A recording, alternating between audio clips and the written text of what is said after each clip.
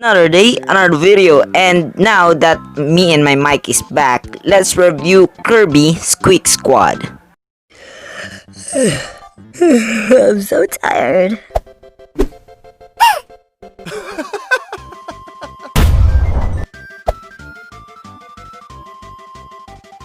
And guys, as always, if you haven't played the game yet, make sure that you played it because there might be spoilers in this video. And if you're new, make sure to subscribe, hit that little bell, turn on notifications to be notified of all my videos. And yeah, let's start. The old saying, do not judge a book by its cover, holds genuine in numerous formats, included by that's basically everything we bargain with.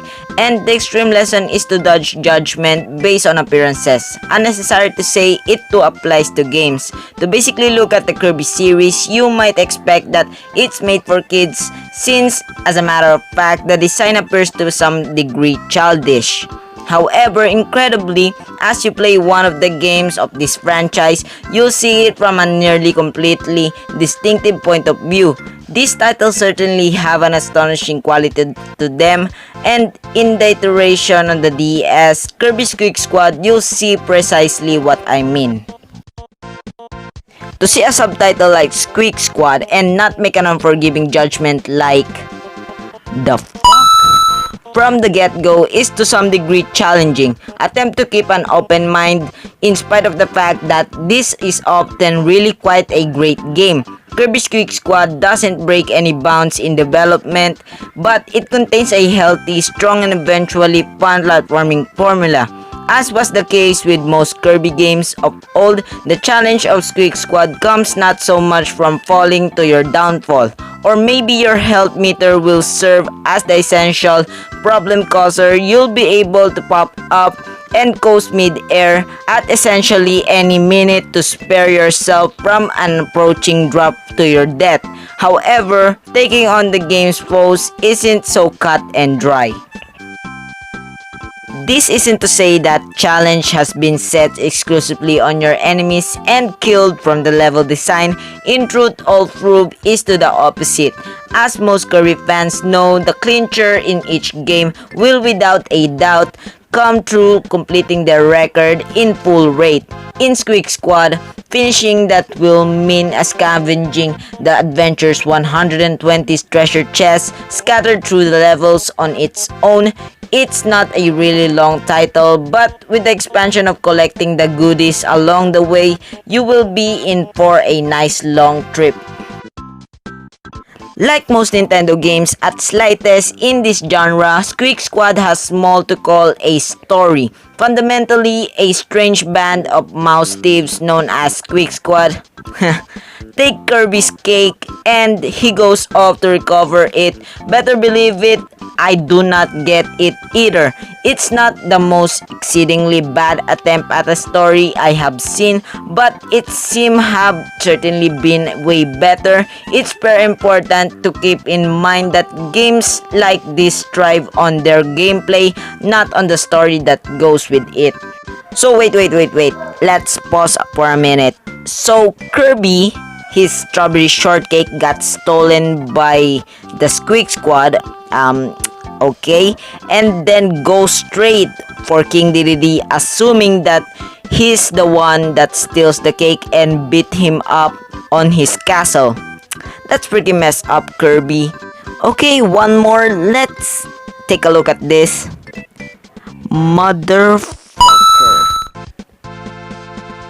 By the way, the Squeak Squad's leader is the Roach, and he's my favorite because it's a fucking roach. For those who don't know, Kirby may be a bit of a shapeshifter. By breathing in his enemies, he can copy their abilities.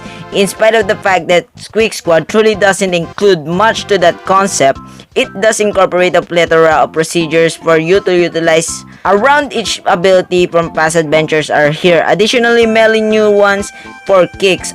What the melee? I mean many. Animal Kirby for occurrence can dig through grounds, and Bubble Kirby can change the bodies into storable bubble things, and vanquishing enemies can be finished with close to any ability you've got. but the levels frequently have puzzles that require particular aptitudes or abilities, whatever you want to call it, that you'll owe to utilize on the off chance that you can't beat them, eat them up.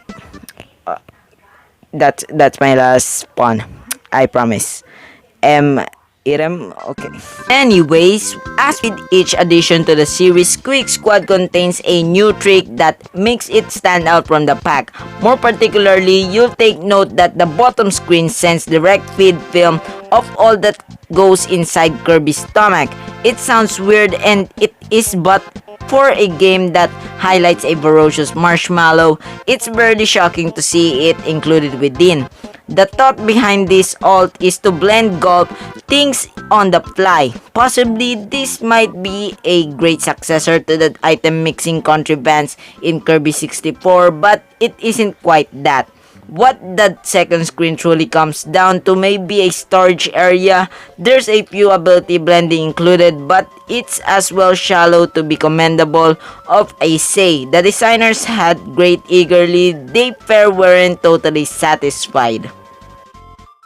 Your controls work on par with what you'd anticipate. The A button performs a jump, the B button uses Kirby's suck ability or the ability itself in case you've got it applied. And the select button will scrap your current ability on the off chance that you get tired of it.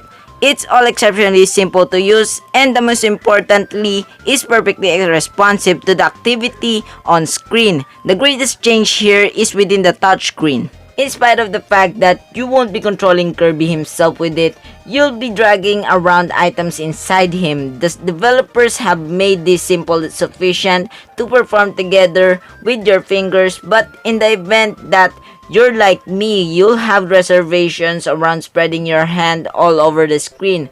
I thusly found myself utilizing the stylus, which was clearly a bit more awkward to do, whereas utilizing all of the buttons at the same time, that can truly be called as a fault, in spite of the fact that seeing as how an elective did exist which most individuals would promptly utilize.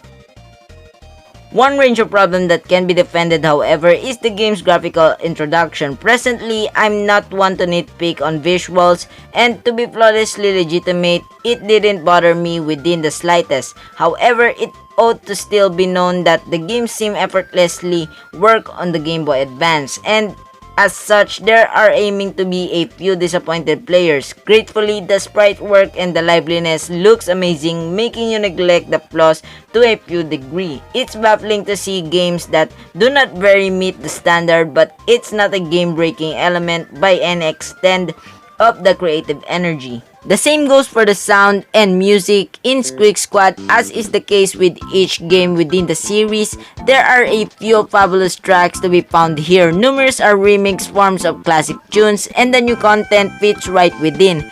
The issue isn't quality of the music, but maybe the real quality. It's not so hot.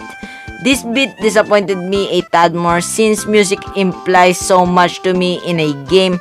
It basically sounds like you're playing a GBA game on your DS, not a pivotal mistake, but certainly a dissatisfaction. The greatest blemish of Kirby's Quick Squad is without a question the need of genuine advancement. HAL usually makes it their exertion to incorporate something exceptionally new for each new game. However, Quick Squad appears to need that advantage. The touchscreen item mixing component had a few potential, but it truly wasn't reached. Presently, putting that aside, you still have a formula that's fair as fun because it was when Kirby to begin with entered the market. In case you'll be able to settle for a reiteration of the attempted and genuine formula, at that point you're aiming to cherish this game. Kirby's Quick Squad doesn't break any new ground, and it plays it secure for the foremost portion all through the brief length of the experience. Still, it's an amazing small platformer, and one of the finest games I've played on Nintendo DS in a while. It's nothing we haven't seen sometime recently, but it still feels shockingly reviving due to the quality stuff into it. It's in some cases troublesome to keep myself curious about a game from start to finish, but gratefully, Squeak Squad was pleasant sufficient to achieve that. Somewhat due to its brief length, maybe, but it was a fun experience in any case. Kirby may show up childish, but his games are outstanding, and Squeak Squad is no special case. Okay guys, that's it. If you guys like this video, make sure to hit that like button and subscribe. Hit that little bell, turn on notifications. I post every after 3 days, but I think every once a week now because school is back. And yeah, see you guys on the next video. Goodbye.